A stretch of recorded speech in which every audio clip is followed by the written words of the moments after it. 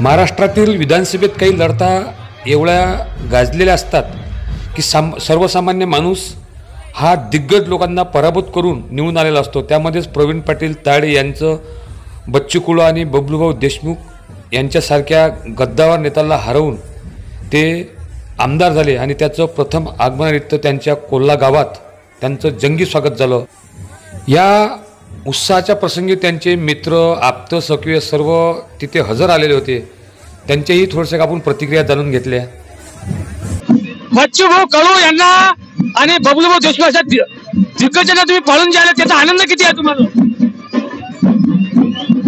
मला आनंद हा आहे की माझ्या पक्षाने माझ्यावर विश्वास टाकला आणि त्या विश्वासाचं सार्थक म्हणून जनता जनार्दनांनी मला आशीर्वाद दिला।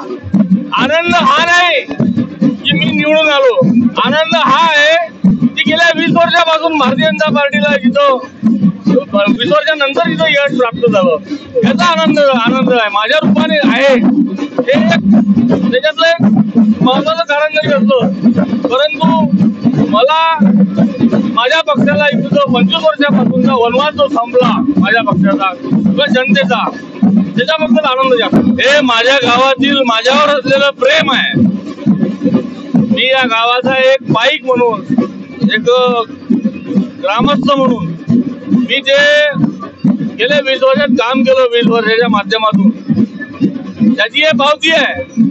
माझं गाव माझ्या मतदारसंघात नसताना सुद्धा या गावातील प्रत्येक माणूस गेल्या 20 दिवसापासून माझ्यासाठी अहोरात्र झटला। लहान मुलापासून तर वृद्धापर्यंत माझ्यासाठी झटला, माझ्यासाठी सगळ्यांनी मेहनत केली, त्याचं जे फळ मला आज मिळालं। बाकीचे झटले सगळे पदाधिकारी, परंतु गावाचा मुलगा म्हणून माझ्यावरती त्यांनी प्रेम केलं। सर्वसामान्य माणूस राजे हो दादा, सर्वसामान्य माणूस म्हटलो आमदार झाला आणि अशा माणसाच्या विरोधात झाला म्हटलो। एक होता म्हटलं बच्चू कडू बेजा फुशर का माझ्या महाराष्ट्रात म्हणे माया व्यतिरिक्त सरकारच बनत नाही म्हणे आणि मला कोणी पाळतच नाही म्हणे। लोक म्हणत बाबा का हा जमीन उमेदवार टाकला म्हणे बच्चू कडू निवडून येण्यासाठी। राजकारणात ज्या मंडळीला वाटलं की बा हा डमी आहे आणि मुंबईला जाऊन त्या व्यक्तीला तिकीट देऊ नका हेच म्हणणारे हे जे उमेदवार होते, हेच उमेदवार म्हणतात की हा डमी आहे। परंतु आम्हाला, मी गेल्या 25 वर्षापासूनचा प्रवीण तायडेंचा सहकारी आहे, मला 100% माहित होतं ज्याला हे डमी म्हणतात तिथंच विजयाची हमी होणार आहे आणि प्रवीण तायडे या सर्वांना धूळ टाकणार आहे। आणि तुम्ही पाहताय की गावात सर्व जाती धर्माचे लोक, प्रवीण तायडे आज आमदार झाला, प्रवीण तायडे आमदार झाला तर इथला गावातला प्रत्येक माणसाला असं वाटून राहिलं की मी आमदार झालो। ही जनभावना आहे आणि ही जनभावना होती म्हणूनच त्या जनभावने त्या आशीर्वादातून आज प्रवीण भाऊ तायडे आमदार झाले आणि आमच्या जीवनाचं सार्थक झाल्यासारखं वाटते की प्रवीण तायडेचे आम्ही सहकारी, आमची मोठ्या गर्वानं छाती फुगते की सर्वसामान्य कुटुंबातले, आम्ही सर्वसामान्य कुटुंबातले कार्यकर्ते आहोत। हे मोठे धाटे लोक, हे मोठे धाटे त्यांचे कार्यकर्ते, गलगंज लोक, या गलगंजा लोकांना हो ना। पण बाबा बच्चू कडू म्हणजे महाराष्ट्रात म्हणे मुख्यमंत्री माझ्या होणारच नाही, त्याची मारली ना बाबा। प्रत्येक मतदारसंघात म्हणजे प्रत्येक गावागावात प्रवीण तायडे ज्या पद्धतीनं सर्व तरुण मंडळी असतील, महिला असतील याच्या पाया लागत होते, सर्वांच्या लाडक्या बहिणीचे आशीर्वाद घेत होते। एकही दोन्ही उमेदवार पैकी प्रत्येकाला असं वाटत होतं, बच्चू वाटत होतं की आपल्याजवळ 100 कोटी खर्च करू आपण, आपल्याजवळ पैशाची कमी नाही। बबलू भाऊ सावकारीवाले आहेत, त्याच्याजवळ पैशाची कमी नाही।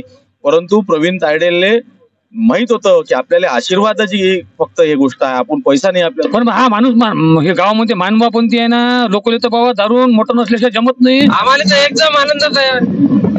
आधीपासून अतुल भाऊच्या अंडर आम्ही काम करत होतो मनसेमध्ये, तेव्हापासून अतुल भाऊचे आम्ही कार्यकर्ते होतो आणि अतुल भाऊ प्रवीण दादाचे मित्र होते। ते म्हणजे गावातला तो उत्स्फूर्त प्रतिसाद भेटत आहे। गावकरी ते राहू नका 2-2 जेसीबी काय चाल होऊन राहिला बाबा। आता गावातल्या लोक तर आधीपासून जिल्हा परिषदेवर प्रवीण भाऊ निवडून आले आणि गावातल्या लोकांनी आधीपासून प्रचारात किंवा सगळ्या गोष्टी उत्स्फूर्त सहभाग घेतला, तर गावाच्या लोकांच्या तर आनंदाचा कुठं ठिकाणच नाहीये सध्या। आपण स्वतःच्या मतदारसंघात स्वतःच्या गावात नसल्यानंतर ते निवडून आले तिथं नाही। कसं लाडकी बहीण योजना किंवा प्रवीण भाऊचा जो इम्प्रेशन होतो किंवा नवनीत राणाचं कार्य आणि सगळ्या कार्यकर्त्यांचं हे, त्यामुळे प्रवीण भाऊचा विजय एवढ्याच निश्चितच होता. पण एवढ्या दिग्गजाच्या मदत ते कसे काय निवडून आले?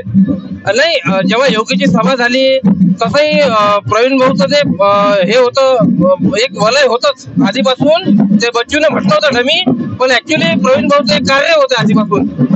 का बा तुमच्या घरी निवडून आला म्हटलं, गावात काय कॉलेज चालू आहे बा? गेल्या 22 वर्षापासूनचा आमचा सार्थक झाला, आमचा जिवलग मित्र हा आज आमदार झाला, याचा अतिशय आनंद आम्हाला झालाय. अतुल झाला, मी झालो, भूषण झाला. आम्ही 22 वर्षापासून त्याच्यासोबत होतो आणि आमच्या प्रवीण भाऊला नेहमीच दिग्गजांसोबत लढाई करण्याची नेहमी सवय होती. जिल्हा परिषदला दिग्गजांना हरवून एवढ्या दिग्गज लोक म्हटलं निवडून येण्यासाठी गोष्ट लोक तुम्हाला डमी उमेदवार आहे. आमच्याकडे डमी हा विजयाची हमी होती. त्यांनी पहिल्यापासून त्यांचं ब्रीद वाक्य होतं आणि जिल्हा परिषदला सुद्धा ते दिग्गजांना हरवूनच जिल्हा परिषद सदस्य झाले, विरोधी पक्ष नेता झाले. त्या माणसाची पकड हे सर्वसामान्यांवर होते आणि सर्वसामान्य तरी एवढं निवडून आला म्हटलं माणूस जमिनीवरच आहे ना. बिलकुल जमिनीवरच राहील आणि जमिनीवरचेच कामं करेल आणि जमिनीवरच्या प्रत्येक कार्यकर्त्याची दखल ते घेतील. पावर बरं हा एवढं मोठा लोक आहेत ना बाबा. गेल्या 20 वर्षापासून त्यांनी त्यांची ग्रामपंचायत जवळ ठेवली आणि गावातला प्रत्येक माणूस त्यांच्याशी सहकार्य करत आला. आम्ही स्वतः पाहिलं की या आमदारकीच्या इलेक्शन मध्ये गावातला प्रत्येक माणूस घरोघरी जाऊन प्रचार करत होता. हे त्यांची एक. धन्यवाद. हे होते दर्यापुरी त्यांचे मित्रमंडळ. तुमचा नवरा म्हटलं सरपंच आमदार झाला, सरपंच झाल्यानंतर कसं वाटलं आणि आता म्हटलं प्रवीण भाऊ आमदार झाल्यानंतर कसं वाटलं तुम्हाला? गावकऱ्यांची सगळ्यांच्या मदतीनेच हे होऊ शकलाय आणि लाडक्या बहिणीची जेवढी मदत झाली आणि मोठ्यांच्या सर्वांच्या आशीर्वादाने ह्या गोष्टी घडून आल्या. पहिल्यांदा मग म्हटलं गावातला सरपंच तुम्ही सरपंच झाले, आता आमदाराची बायको आमदारीन झाले ना बापा. हे सगळ्यांच्या मेहनतीचं फळ आहे. हो ना बहीण बापा बापा बापा. आता तुमची पोस्ट म्हटलं बाबा लस वाढली. चॅनलला लाईक, सबस्क्राईब, शेअर करण्यास विसरू नका. प्रस्तुती गणेश पटेल साखरे, माऊली दांडे.